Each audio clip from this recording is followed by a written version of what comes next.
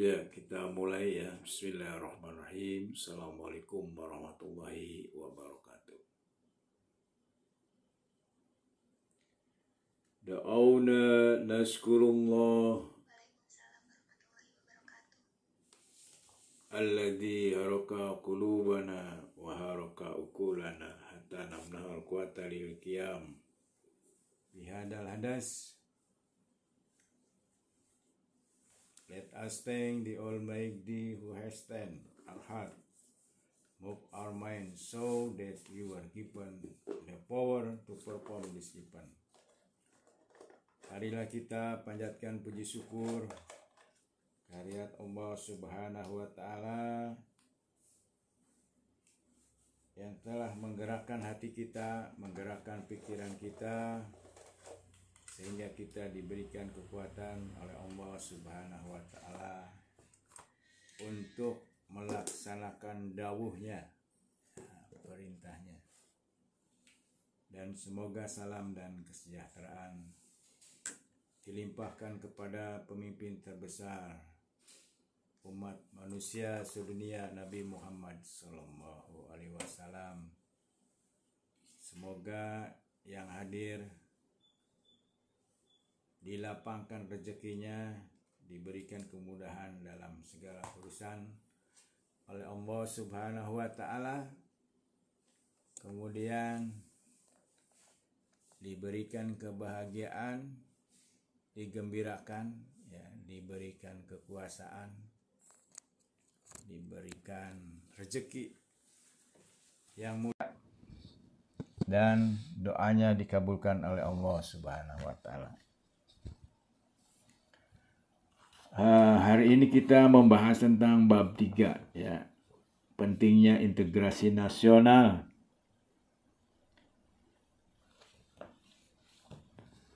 Sebagai salah satu ukuran, ya, parameter persatuan dan kesatuan bangsa.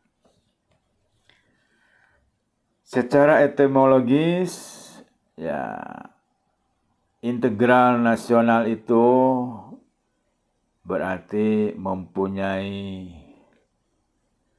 dua asal kata, ya, integrasi dan nasional. Ya, itu. Ada partai yang mengambil nama ini, ya. Jadi integrasi nasional dalam bahasa Inggrisnya nation, integration. Ya. Integration berarti kesempurnaan atau keseluruhan. Kata ini berasal dari Latin, ya, integer, yang berarti utuh atau menyeluruh. Ya. Berdasarkan arti etimologisnya itu, integrasi dapat diartikan sebagai pembauran hingga menjadi kesatuan yang utuh atau bulat, yaitu nation. Ya. Artinya bangsa sebagai bentuk persekutuan dari orang-orang yang berbeda latar belakang berada dalam satu wilayah dan di bawah satu kekuasaan politik. Jadi seperti musik, nah misalnya apa itu, tarling, ya, gitar sama suling sama vokalisnya, ya, itu kan berbeda tuh suaranya. Ada suara vokalis, suara suling, suara gitar, ya. Nah, itu. Tarling tuh gitar dan suling tuh. Atau misalnya musik yang lain juga. Jadi perbedaan itu saling menguatkan, saling menyatu dalam satu irama tertentu yang enak didengar. Nah, itulah kira-kira seperti itulah integrasi, ya. Perbedaan suku, agama, begitu, ya. Kemudian apa lagi tuh? Bahasa daerahnya, nggak apa-apa. Jadi justru perbedaan itu menjadi satu kekuatan karena saling mengisi. Tidak hanya itu, kekuatan dalam hal keahlian. Ada yang jadi politisi, ada yang jadi pedagang, ada yang jadi dosen, ya, dan seterusnya. Jadi seluruh kebutuhan manusia itu dikerjakan oleh orang yang berbeda, ya. Ada yang seperti tadi, ya. Ada juga yang menjadi petani, ya, menyediakan makanan, sumber baku, ya, yang dimakan manusia. Dan sesungguhnya seluruh yang dibutuhkan oleh manusia itu terdapat di dalam surat Ar-Rahman, ya. Ayat 1 sampai 12 tuh. Matahari, bulan, tumbuh-tumbuhan, ya. Kemudian kepandaian berbicara dan seluruhnya. Kebutuhan-kebutuhan yang penting itu disediakan. Oleh karena itu di ayat yang ke-13-nya Allah bertanya, "Fabi ayyi ala'i rabbikuma tukadziban?" Nikmat kamu yang manakah yang kamu dustakan? Dalam bahasa lain Allah itu terlalu kalau masih tidak bersyukur pada Allah Subhanahu wa taala. Karena Ar-Rahman itu Allah memberikan kasih sayang, ya. Rahman dan Rahim itu, kalau Rahman itu diberikan kepada semua makhluknya tanpa melihat itu orang beriman atau tidak. Tapi kalau Rahim itu diberikan kepada orang yang beriman, ya. Di dunia itu yang tadi sampaikan itu digembirakan, dibahagiakan, ya. Kemudian diberikan kekuasaan ilmu, kekuasaan politik, ya. Kemudian doanya dikabulkan dan Allah mengabulkan kepada orang yang berdoa itu yang terbaik bagi dirinya, ya. Artinya tidak dikabulkan itu bagian dari dikabulkan, karena kalau misalnya dikabulkan secara material justru menjadikan dia jauh dari Allah Subhanahu wa taala. Itu. Jadi kalau Rahim itu hanya diberikan kepada orang yang beriman, baik di dunia maupun di akhirat. Nah, pengertian lebih luas lagi, seringkali orang bertanya, Pak, itu ada orang yang rajin puasanya, rajin sholatnya dan sebagainya, tapi miskin aja. Yaitu karena soal rezeki itu adalah hukum sunatullah, ya. Kalau kita siapapun tanpa melihat agamanya, sukunya, kalau melaksanakan rumus-rumus mencari rezeki yang bagus, ya rezekinya disampaikan, diberikan tanpa melihat latar belakang apapun. Itu, ya. Bahkan kalau ahli tafsir itu, kalau seseorang hanya berdoa tidak ikhtiar secara maksimal berdasarkan ilmu dan teknologi yang termutakhir, ya, itu sama dengan Allah dibiarkan bekerja sendirian, begitu, ya. Nah, itu ada yang harus baca ini, tapi kalau tidak disertai dengan ikhtiar, maka ya tidak akan datang, ya. Ahli tafsir juga menjelaskan bahwa ketika kita mendalami, memahami surat Ali Imran ayat terakhir, ya, ayat 200, ya ayyuhalladzina amanu isbiru wasabiru warabitu. Sudah Allah memerintahkan bersabar, maka berkuatkanlah kesabaranmu. Nah, ahli tafsir itu menjelaskan bahwa kalau kita ingin menjadi pemenang dalam pertandingan kehidupan, apapun itu aspeknya, harus lebih sabar dari orang lain, karena orang lain juga punya kesabaran. Makanya setelah diperintahkan, berkuatkanlah kesabaranmu dan berjaga-jaga di perbatasan itu pada waktu perang. Dalam konteks hari ini adalah ketika Anda mendapatkan kemenangan, maka harus berjaga-jaga. Jangan suatu saat nanti dikalahkan dalam pertandingan kehidupan. Begitu juga ketika Anda kalah, maka tingkatkanlah kesabaranmu, ya. Diperbaiki usahanya, ilmunya. Nah, hari ini ketika manusia susah untuk mencari uang, maka ilmu sudah kadaluarsa, ya, tidak sesuai dengan perkembangan yang ada saat ini. Bisa waktunya, bisa tempatnya. Artinya apa? Meskipun pekerjaan sebagai pengurus jompo ya atau sakit yang sudah parah itu di Amerika, di Italia dibutuhkan, dan orang Indonesia masih bisa bekerja di sana sampai di Amerika tuh banyak kita lihat ya. Karena di sini sudah ada orang yang menangani. Jadi ilmunya masih berlaku tapi tempatnya di tempat yang lain. Itu dari segi tempat ya. Dari segi waktu ya mungkin sudah tidak dipakai lagi ya. Seperti mohon maaf tukang beca sekarang sudah kehilangan pekerjaan. Nggak ada yang penumpangnya Pak. Semua pakai Grab, ada yang atau Gojek, ada yang mobil, ada yang motor dan sebagainya. Itu ya. Jadi integrasi itu adalah penyatuan dari perbedaan dalam satu irama yang sama. Untuk menguatkan pemahaman kita kepada integrasi, ya, maka kita mencoba untuk menelaah berbagai pendapat. Ya. Ini yang pertama dari Saprudin Bahar. Integrasi adalah upaya menyatukan seluruh unsur suatu bangsa dengan pemerintah dan wilayahnya. Ya, kita sudah ada kemerdekaan, di mana kemerdekaan suatu negara itu ditandai dengan ada pemerintahannya, ya, ada rakyatnya, ada wilayahnya, dan ada pengakuan dari negara lain bahwa Indonesia itu adalah negara yang merdeka. Nah, ketika Indonesia merdeka, negara lain yang mengakui diantaranya adalah Mesir, ya, itu berkat jasanya Bapak Agus Salim, ya, dengan menguasai berapa bahasa itu, 7 kalau salah. Dia diutus oleh Presiden Soekarno untuk diplomasi kepada Mesir. Kemudian yang kedua, Riza Nur Arfani, ya.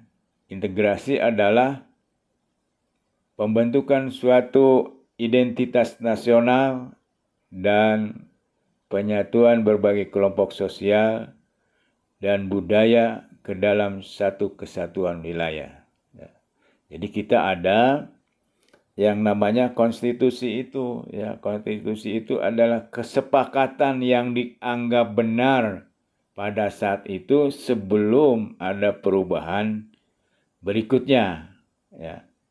Seperti kesepakatan yang dilakukan oleh para pendiri bangsa, founding father, pada 18 Agustus, ya, merdekanya 17 Agustus, kemudian penetapan konstitusinya itu 18 Agustus 1945, di mana Undang-Undang Dasar ditetapkan sebagai rujukan kita berbangsa, bermasyarakat, dan bernegara. Ya. Salah satu poin penting di dalam Undang-Undang Dasar 45 itu adalah tidak ada satu kata pun partai politik. Coba saya sudah ini ya, nggak ada tuh. Di situnya kan sila keempat itu musyawarah tuh, nggak ada kata partai politik. Pemilu 1955 terjadi berdasarkan bukan pada Undang-Undang Dasar 45, tapi berdasarkan Undang-Undang RIS pada waktu itu. Karena terjadi deadlock, ya. Hasil pemilu 95 kemudian menghasilkan satu perdebatan yang luar biasa, sehingga pihak yang merasa akan kalah nelpon Soekarno yang waktu itu di Jepang untuk pulang. Lalu dekret, ya, 5 Juli 1959 bahwa kita kembali ke Undang-Undang Dasar 45. Lalu pertanyaan berikutnya, bagaimana mengatur berikutnya? Yaitu di dalam undang-undang, ya. Tapi kalau kita telah lebih dalam bahwa di dalam Undang-Undang Dasar 45 itu tidak ada partai politik.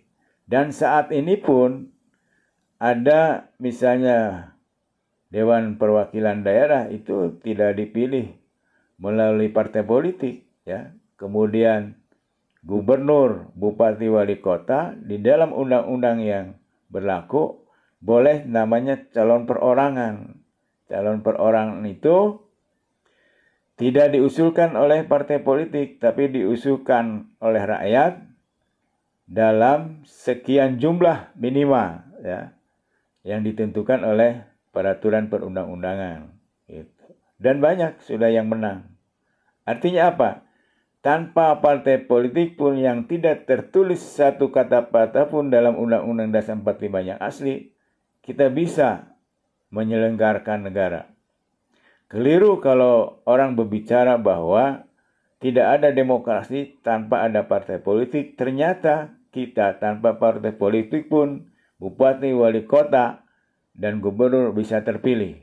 Nah, artinya kalau pendapatnya seperti itu berarti bupati, wali kota, gubernur yang terpilih tidak melalui partai politik dianggap tidak demokratis.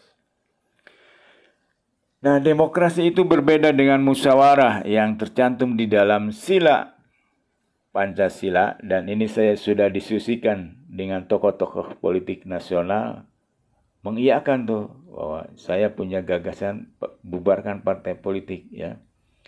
Negara Saudi Arabia tanpa partai politik, kemudian Brunei tanpa politik, dan itu bisa makmur. Itu salah satu cara saja. Ya buktinya di kita kan bupati, wali kota, gubernur, dewan perwakilan daerah. Yang lebih konkret lagi kepala desa, ya, dipilih langsung oleh rakyat tanpa melalui partai politik. Ketika orang berpendapat bahwa tidak ada demokrasi tanpa ada partai politik, berarti kepala desa dipilih tidak demokratis. Nah, kita bisa mengambil pendapatnya, lalu kita masukkan ke pemikiran kita. Itu yang sekarang menjadi satu pola bicara, pola berpikir itu, ya, yang populer itu. Rocky Gerung selalu berdebat dengan cara ikut dulu, ya, cara berpikir lawan bicaranya, lalu dia masuk, ya, titik lemah dari lawan bicaranya. Nah, ini sudah legendaris loh. Kalau dulu zaman tahun 40-an itu namanya Hasan, ya, tokoh Persis, itu diakui oleh siapapun sebagai orang jago debat. Kemudian periode 60-an itu namanya Subhan SE, tokoh dari NU, ya, ahli debat juga. Nah, sekarang itu Rocky Gerung dan banyak tokoh-tokoh yang lainnya. Dulu Eki, ya, dari Banten, itu ahli debat juga tuh. Terakhir kalau nggak salah jadi duta besar. Itu dari Riza Nur Arfani. Kemudian Juliati Suroyo, ya, berpendapat bahwa integrasi adalah bersatunya suatu bangsa yang menempati wilayah tertentu dalam sebuah negara yang berdaulat. Nah, yang ada dari definisi ini, Suroyo itu adalah berdaulat, ya. Apa yang dimaksud dengan berdaulat? Menentukan langkah, nah, cara berpikir tertentu dari suatu bangsa, punya otonomi, gitu, ya, punya berdaulat itu, punya kemerdekaan untuk bersikap dan berperilaku. Sampai di sini barangkali ada yang mau didiskusikan, ada yang tertarik politik, jadi orang teknik, ya. Tapi lebih tajam tuh. Lihat itu, sekarang ada video kehadiran Anies Baswedan di Salman ITB. Oh, itu bagus sekali tuh, ya. Baik yang bertanya maupun menjawabnya. Mendapatkan sambutan luar biasa. Baik di masjid kampus ITB yang baru kemarin, ya, hari apa, kemudian sebelumnya di UGM, ya, sebelumnya lagi di Gontor, sebelumnya lagi di Sumatera, dan seterusnya. Kemudian pendapat para ahli yang terakhir adalah dari Rahman Surbakti, ya. Integrasi menurut Ramlan adalah proses penyatuan berbagai kelompok sosial budaya, nah, dalam satu kesatuan wilayah dan dalam suatu identitas nasional. Kata kunci dari Ramlan Subekti adalah kelompok sosial budaya. Ya, sosial itu masyarakat, budaya itu berasal dari budi dan daya. Jadi yang dimaksud dengan budaya itu seringkali orang terpaku pada bidang seni, ya. Padahal budaya itu adalah produk manusia. Dengan akal, pikiran, perasaan, dan jiwanya, dia berkarya menciptakan hal-hal yang belum diciptakan oleh orang lain atau adanya perkembangan fungsi tertentu. Jadi misalnya HP itu pertama adalah telepon sama SMS. Itu yang diciptakan pertama kali. Nah, itu yang pertama kali namanya pencipta. Lalu inovasi itu dikembangkan lebih lanjut, fungsi-fungsinya ada kamera, ada rekaman, ya, and so on, dan seterusnya. Ya, itu ya. Kemudian dari Ramlan itu ada identitas nasional. Nah, identitas nasional itu seperti bahasa, ya, kemudian apa namanya, ada benderanya, ada kepribadian, dan seterusnya. Any question? Ada yang mau didiskusikan? Nah, jadi belajar itu satu, bertanya atau menjawab. Yang kedua, menyampaikan atau mendengarkan. Yang ketiga, membuat kesimpulan atau menjabarkan gitu.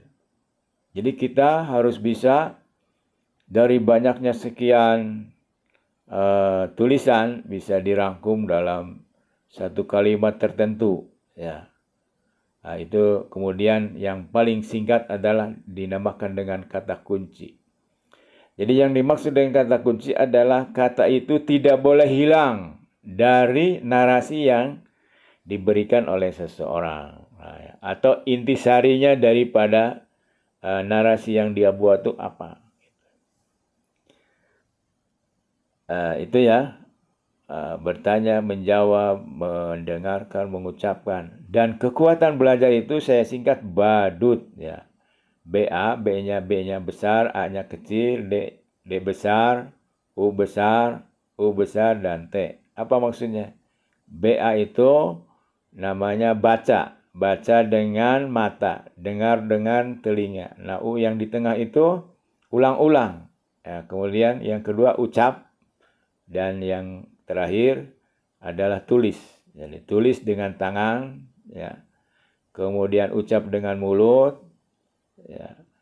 Kemudian baca dengan mata, dengar dengan telinga. Nah, 4 hal yang ada di dalam diri kita itu mata, telinga, mulut, dan tangan itu diulang-ulang.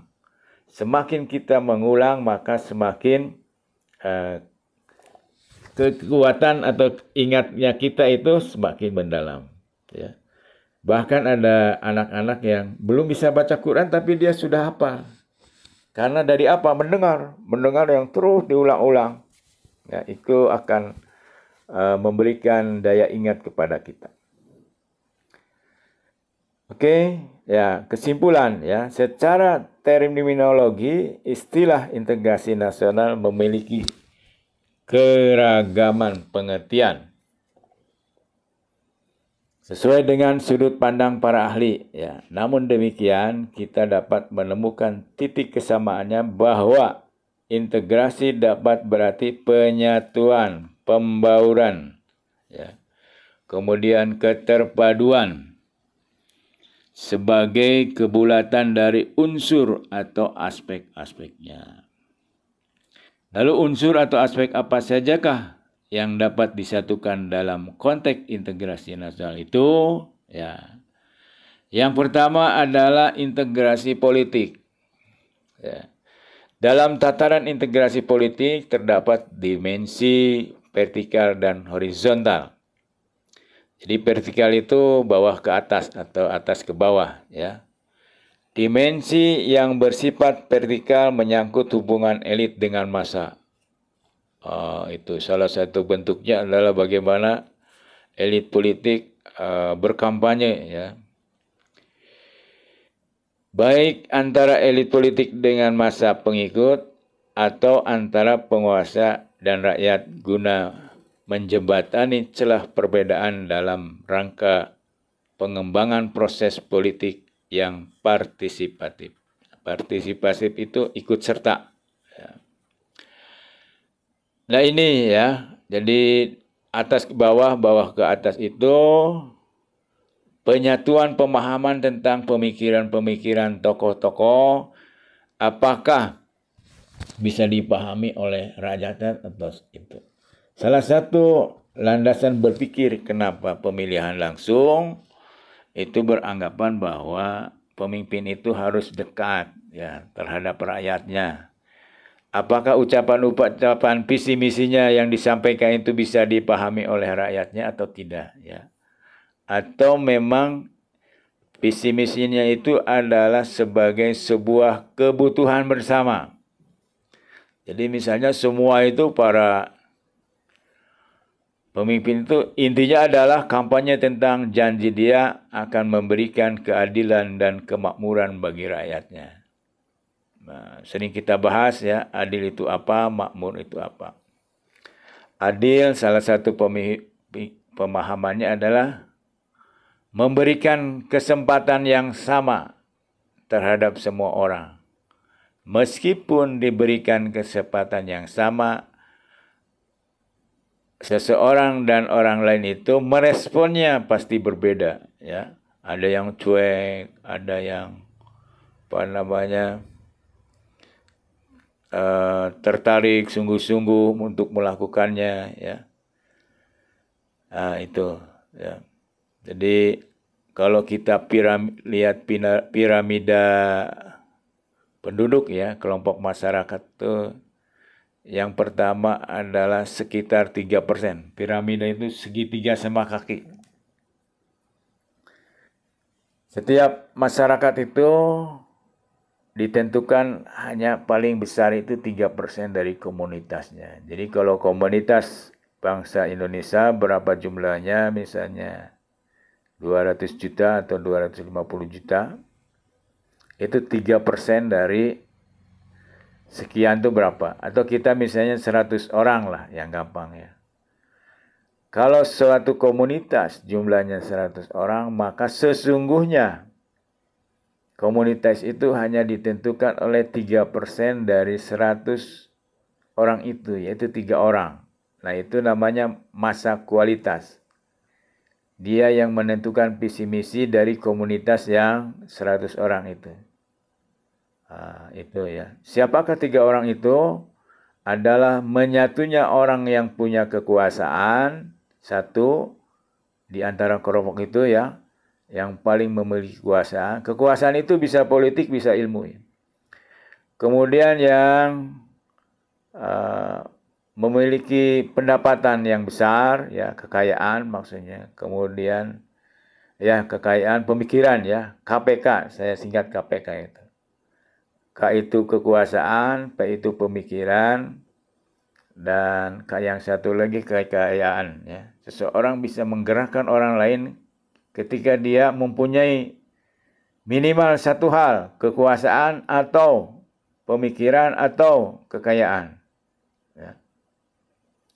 Dan ini disimbolkan oleh 3 sekawan, Fir'aun, Qarun, dan Haman.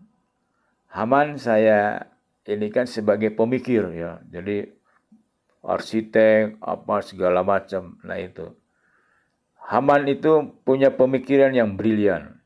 Kemudian Qarun itu harta karun ya. Qarun itu orang yang memiliki kekayaan. Kekayaan bisa menggerakkan orang. Nah, kalau Qarun, Fir'aunnya itu memiliki kekuasaan. Ya. Itu. Sama dengan misalnya contoh lain ya, membangun masjid. Itu pasti ditentukan oleh orang yang punya kekuasaan, punya kekayaan, punya pemikiran. Nah pemikiran kekuasaan aja nggak ada uangnya, nggak bisa beli material.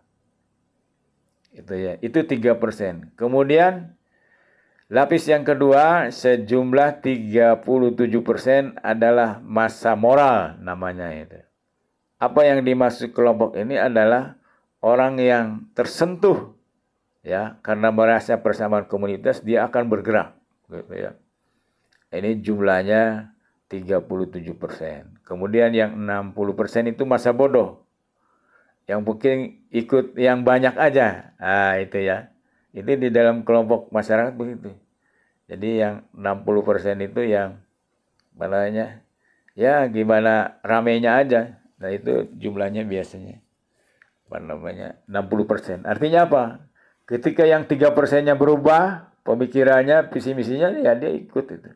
Nah, itu.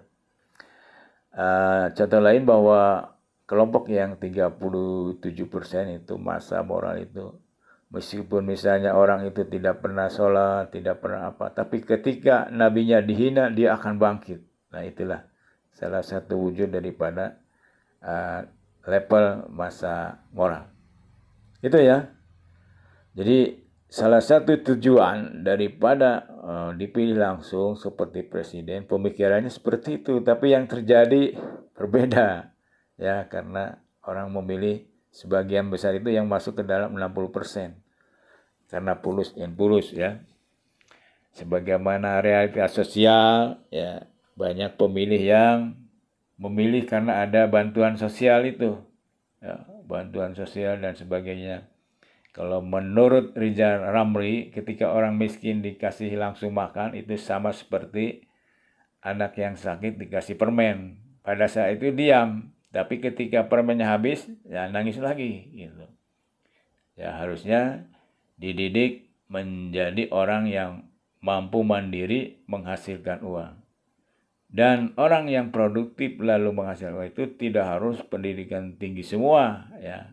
Misalnya bikin ranginang, itu kan sederhana tuh. Bikin apalagi makanan-makanan yang kebutuhan manusia sehari-hari ya, bikin tahu, itu kan kalau ada mesinnya ya, gampang. Itu ya. Integrasi politik terdiri dari integrasi praktikal yang tadi kita bahas, dari atas ke bawah atau dari bawah ke atas. Dari bawah ke atas itu diantaranya contohnya atau wujudnya adalah demonstrasi para mahasiswa. Ya. Mahasiswa itu menyuarakan hati nurani daripada rakyat Indonesia. Ya. Sebagian, kalau ditanya persentasenya ya itu harus ada penelitian. Termasuk adalah sepanjang sejarah ya YouTube. Itu ketika Jenderal Gatot Nurmantio itu memproklamirkan adanya kami ya, Kesatuan Aksi Menyelamatkan Indonesia, itu hanya dalam 1 jam penontonnya itu 4 juta. Itu setahu saya yang paling banyak tuh. Hanya dalam 24 jam penontonnya 4 juta. Tapi terjadi hanya pada saat itu aja. Maksudnya apa? Sebanyak sekian 4 juta orang itu artinya aspirasinya merasa terwakili oleh Gatot Nurmantio ketika itu memproklamirkan berdirinya namanya Kesatuan Aksi Menyelamatkan Indonesia dan tokoh-tokoh lainnya. Ya, itu ya. Mewakili aspirasi yang satu perasaan di mana Indonesia itu harus diselamatkan. Kemudian integrasi politik itu adalah dimensi horizontal. Horizontal itu ke samping ya. Menyangkut hubungan berkaitan dengan masalah teritorial, antar daerah, antar suku, ya. Kemudian umat beragama dan golongan masyarakat. Nah, intinya di sini adalah horizontal itu adanya toleransi. Jadi kalau kita hidup tidak ada toleransi ya, toleransi itu tidak harus ikut orang lain ya, memahami orang lain, kita punya sendiri ya, sepakat untuk tidak sepakat. Jangan memaksakan pemikiran, pendapat kita kepada orang lain. Kalau kita selalu begitu, dimanapun kita berada, itu pasti tidak akan menjadikan diri kita manusia yang tenang ya, karena egonya tinggi bahwa saya ini yang benar ya. Ya orang juga kan punya kebenaran. Imam Syafi'i berkata bahwa ketika A dan B berdiskusi, maka A ada kemungkinan salah dan A ada kemungkinan benar. Begitu juga B, ya. Ada kemungkinan salah, ada kemungkinan benar. Artinya suatu saat titik tertentu kita tidak ada kesepakatan, maka sepakat untuk tidak sepakat. Ya, dalam titik tertentu ya tidak harus sama. Kalau memang misalnya berbeda ya berbeda. Sesuai dengan perbedaan itu menurut Profesor Dr. Jimli Asidiki berpendapat bahwa perbedaan pendapat itu terjadi karena 3 hal. Yang pertama, datanya berbeda, juga bisa datanya sama, ya. Datanya sama bisa juga berbeda pendapat, apalagi data yang berbeda. Kemudian yang kedua, perbedaan pendapat itu terjadi karena sudut pandang manusia itu berbeda-beda. Nah, sudut pandang itu adalah sebuah akumulasi penjumlahan dari perjalanan hidup seseorang, perjalanan intelektual seseorang, sekolahnya apa saja, jurusan apa saja, di mana saja, ya. Kemudian perjalanan seseorang memaknai semua peristiwa hidup yang dialami oleh dirinya, baik yang menyenangkan maupun yang tidak menyenangkan. Ada seorang ustadz, saya belum mencari tuh dalilnya apa tuh, Quran surat apa, ayat berapa. Jadi kita ini memponis sesuatu yang terjadi di dalam diri kita, apakah itu anugerah atau musibah, itu bukan tergantung pada bentuk kebaikan atau keburukan yang terjadi di dalam diri kita. Maksudnya, apakah peristiwa itu menyenangkan atau tidak menyenangkan? Bukan itu lihatnya. Melihatnya, apakah dengan peristiwa itu membuat dia semakin dekat kepada Allah atau semakin jauh kepada Allah. Misalnya dikasih sakit, oh iya, mengingatkan bahwa kullu nafsin za'iqatul maut. Setiap manusia akan mengalami kematian. Maka ketika diberikan sakit, dia diingatkan oleh Allah Subhanahu wa taala, dan itu merupakan kasih sayang oleh Allah Subhanahu wa taala, bahwa kamu itu hidup di dunia itu hanya sebentar, paling 100 tahun tuh, jarang terjadi. Rata-rata 60-70 ya.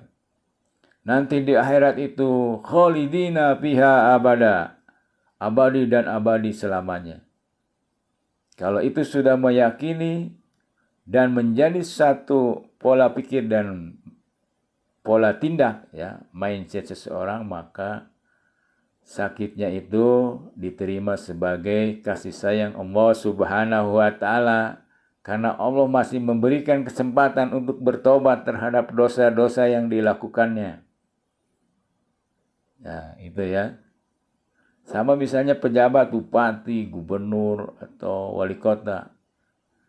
Ketika dia masuk penjara, nah itu kalau melihat dari segi itu, maka dia berpikir bahwa kasih sayang Allah Subhanahu wa taala masih memberikan waktu untuk bertobat kepada dirinya, jangan melakukan korupsi terus sehingga di penjara.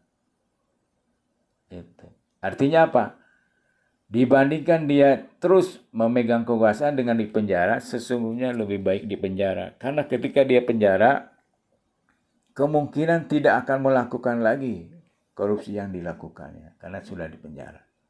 Ya, pada umumnya begitu ya. Itu ya. Sampai mana tadi? Nah itu ya. Jadi apa namanya, musibah atau anugerah itu tergantung sudut pandangnya. Nah itu salah satu sudut pandang itu Ustadz itu, bahwa anugerah atau musibah yang terjadi di bumi kita itu tergantung pada indikatornya, adalah peristiwa itu membuat kita jauh kepada Allah atau lebih dekat kepada Allah.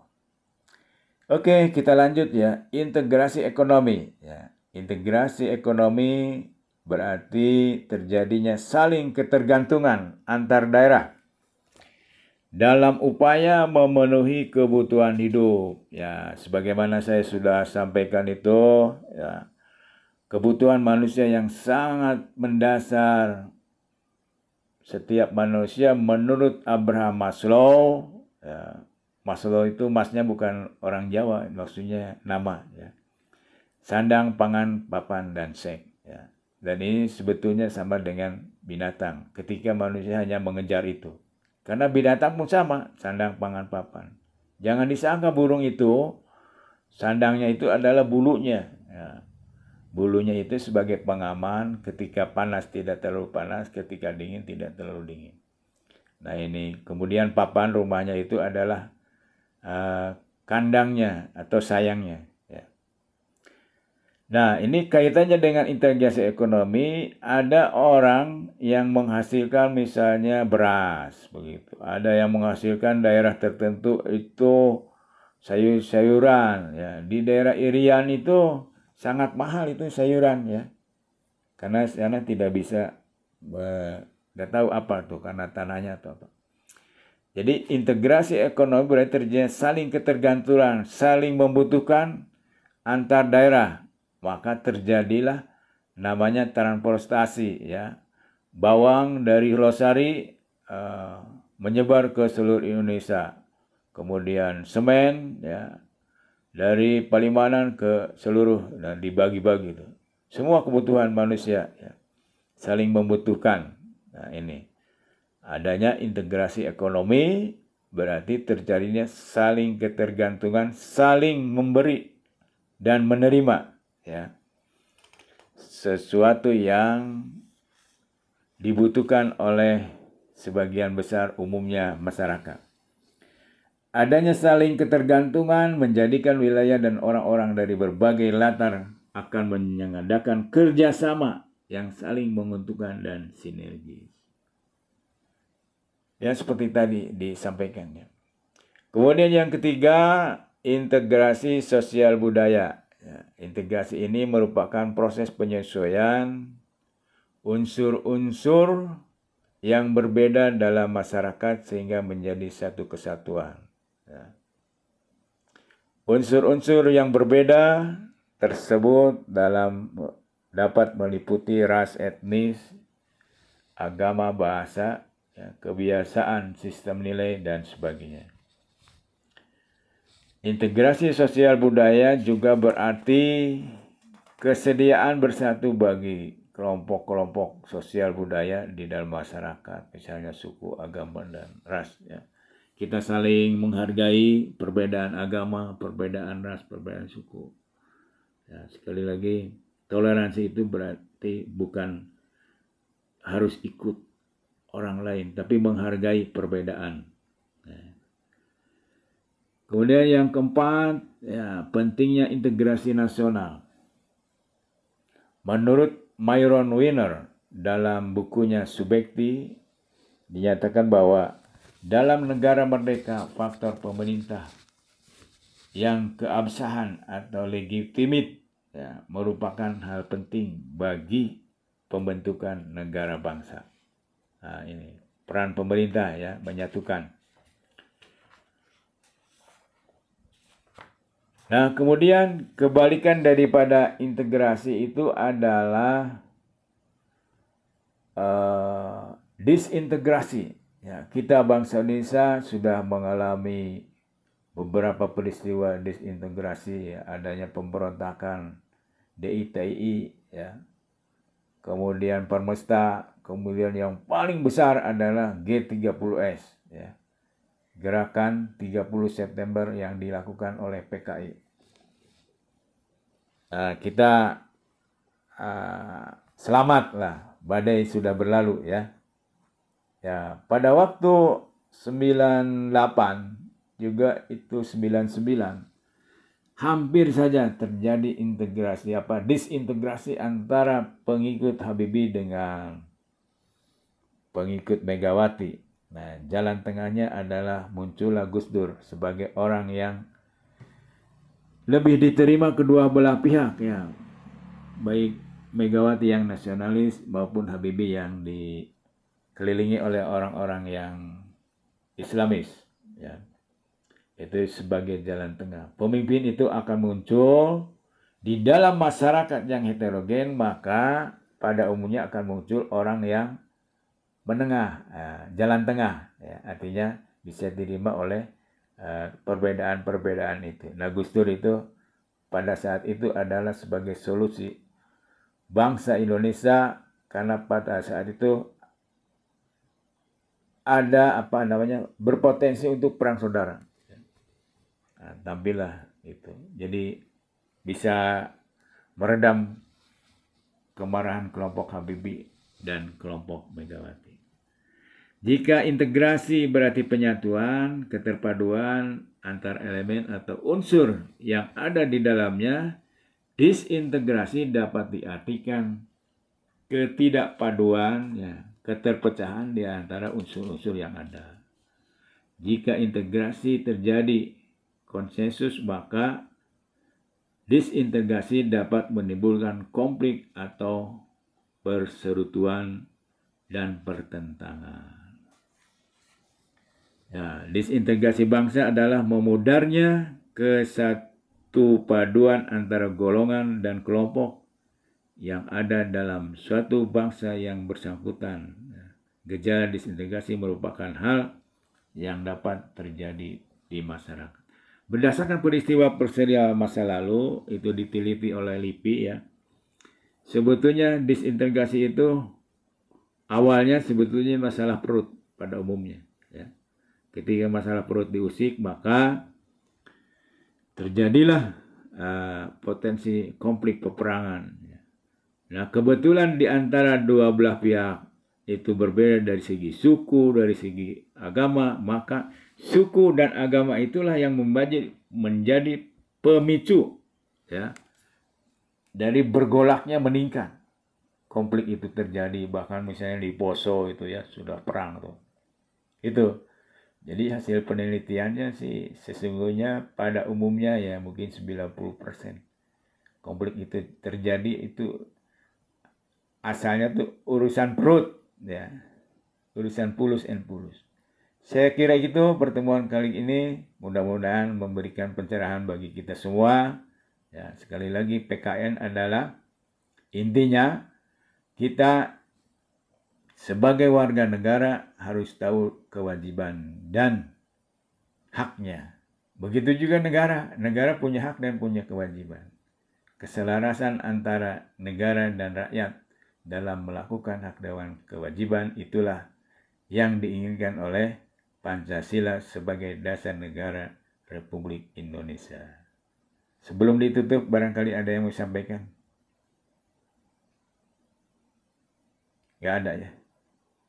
Terima kasih atas kehadirannya. Mudah-mudahan dilampahkan rezekinya. Ada yang mau? Halo?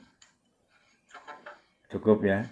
Ya itu ya, nanti kita bahas lagi lebih dalam. Nanti saya share ininya, videonya. Jadi sekali lagi, kekuatan belajar adalah kita baca, kita dengar, kita ucap, kita tulis. Nah, apa yang memungkinkan?